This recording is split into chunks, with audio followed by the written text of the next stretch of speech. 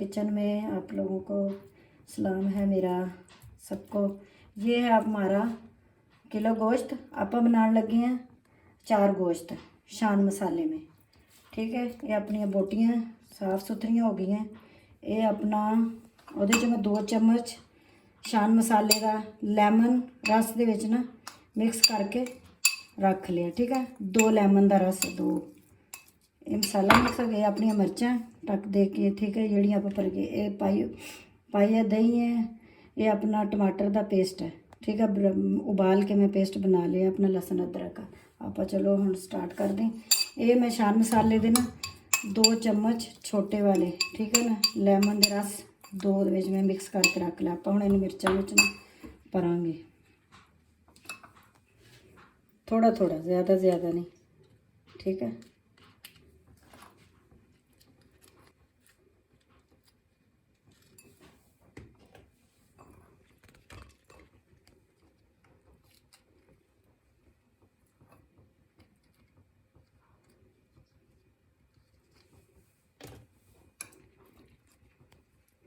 बस मैं 4 मिर्चां डालूँगी क्योंकि ये ज़्यादा तिखी नहीं होंगी ये वाली मिर्च।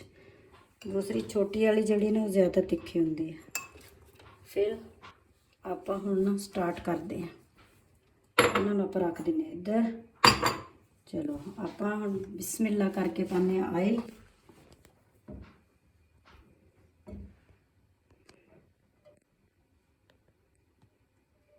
आयल तुसी अपने हिसाब नाल डाल सकते जिन्ना तो अच्छा लगे। ठीक है,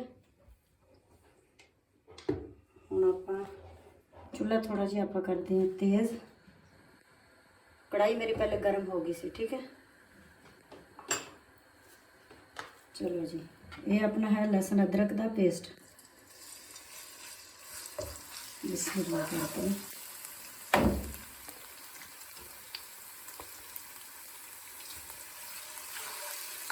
हम इन्हें थोड़ा जो करते हैं फ्राई जब तक अपना थोड़ा जो लाल नहीं हो जाना।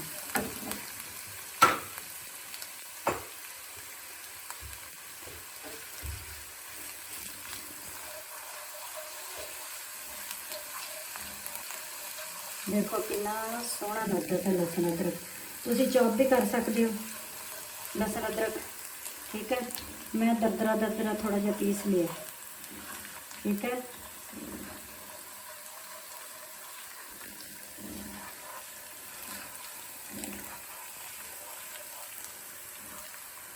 आँच थोड़ी जी फिर आप तेज़ कर देंगे। अपना जो थोड़ा जिहा पिंक हो गया फिर आप मुर्गी पाएंगे। मुर्गी आप फ्राई करांगे क्योंकि फ्राई करके ना ज़्यादा अच्छा जायका आता। वैसे भी डाल सकते हो तुम।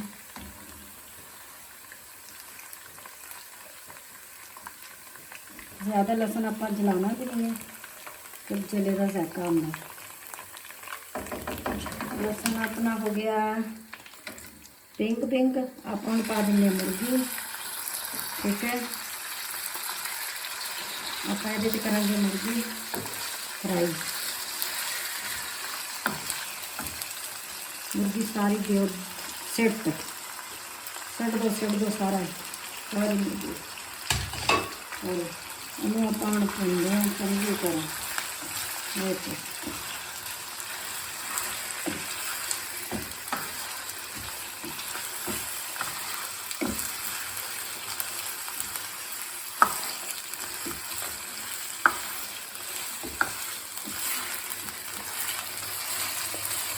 बोटियाँ मैं तो दरमियानियाँ लिया। मैं तो बोटियाँ दरमियानियाँ सोहनियाँ लगदियाँ देखो इस साइज दियाँ, लेकिन तुसी अपने हिसाब नाल लै सकते हो। मुर्गी को आप करेंगे फ्राई प्यारा सोहना।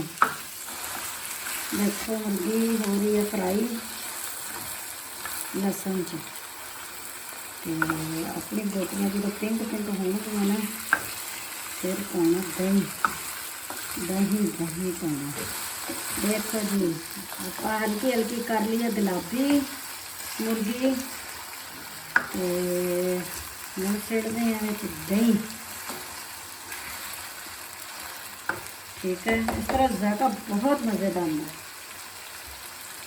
ये अपनी है पंजाबी च कहते हैं पाइया दही, उर्दू च कहते हैं पाओ दही। ठीक है, ये मैंने डाल दी है, विच दब दी है। आप बाकी बचे हुआ शान मसाला विच दब देना, दब तक आप हम इनू हिलाने बिस्मिल्लाह करके, अल्लाह का नाम लई जाओ तो हिलाई जाओ। देखो जी, आह क्या मज़ा आ रहा है, देख के ही मुँह चो पानी आ जाए।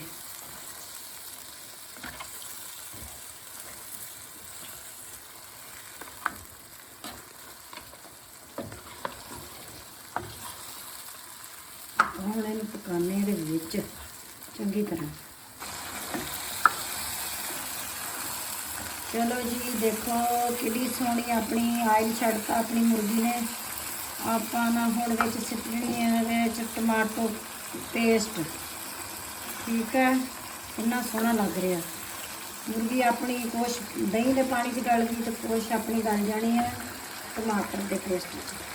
ये देखो ये तुसीं जिन्ना मर्जी सट सकते हो दही आपके हिसाब नाल, जिन्ना खट्टा। बिस्मिल्लाहिर्रहमानिर्रहीम,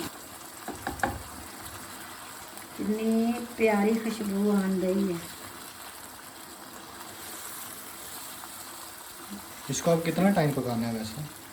अपनी बेटे ਜਦੋਂ तक अपनी मुर्गी ना गल जाए उन्नी देर आप पकावांगे। मुर्गी वैसे कितने टाइम तक गलती है? लग जाते हैं 15-20 मिनट तो लग ही जाते हैं। वैसे 15 मिनट से भी गल जाती है, क्योंकि बोटी छोटी हो तो 12 मिनट लगते। अगर बोटी थोड़ी जी बड़ी हो तो फिर उन्होंने थोड़ा जिहा ज़्यादा कहाँ पकाईदा कि विच मसाला अच्छे तरीके ना बोटियां दे विच चला जाए। देखो ना आप बोटी आप बड़े साइज की रखवाई है ना, ये देखो। बोटी वैसे कौन सी सही पकती है, छोटी या बड़ी छोटी size? छोटी बोनलेस बहुत जल्दी तैयार होती है। बड़ी थोड़ी जी मुर्गी वैसे ही जल्दी गल जाती, लेकिन ज़्यादा पकाने नाल ना टेस्ट अच्छा होता है। आप हम ये दिने ढक्कन, आप पकाने 10-12 मिनट।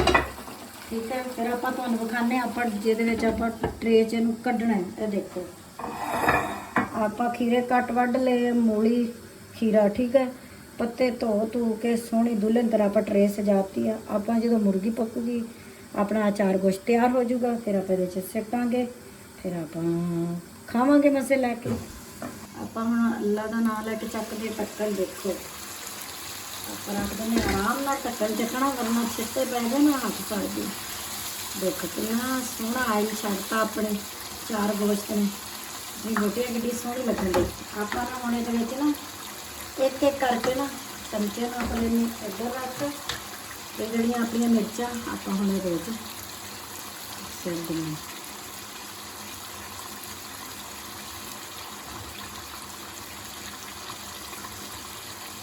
मिर्चा दित्तियां फिर आप हम ना आराम नाल हिलाने।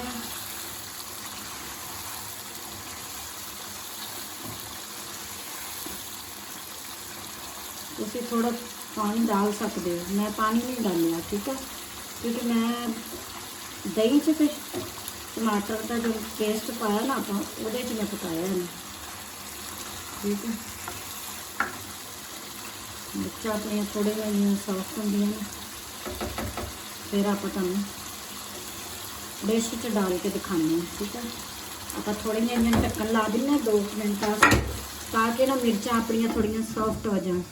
चलो बिस्मिल्लाह, देखते हैं अपना सालन हम तैयार हो गया।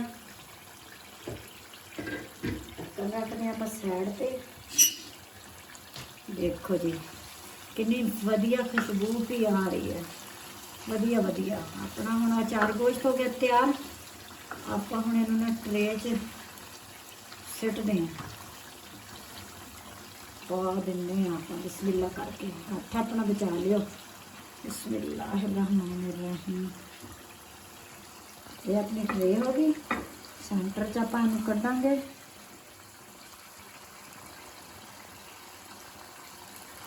फिर आप करवाने बच्चों को ट्राई। मेरे शरारती बेटे चेक करेंगे। अस्सलाम वालेकुम दोस्तों, क्या हाल चाल है आप सबका? ठीक ठाक हो? तो अब आज हमारी मम्मा ने बनाया अचार गोश्त, तो अभी हम इसको ट्राई करते हैं कैसा बना, फिर आपको बताते हैं।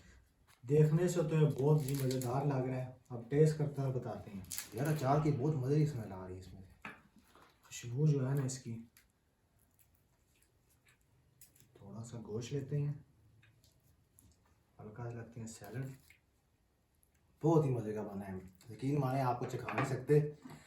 बहुत ही मज़े का बना है। आप ट्राई करेंगे ना तो आपको पता चल जाएगा। आप हमारी रेसिपी ट्राई करें और हमारे चैनल को लाइक भी करें, सब्सक्राइब भी करें, शेयर भी करें। और भी मज़े मज़े की वीडियो आनी है तो इंशाल्लाह वो भी मिलती रहेंगी आपको। तब तक के लिए हमें इजाज़त दें, हम खाना खा रहे हैं। ठीक है, अल्लाह हाफिज़।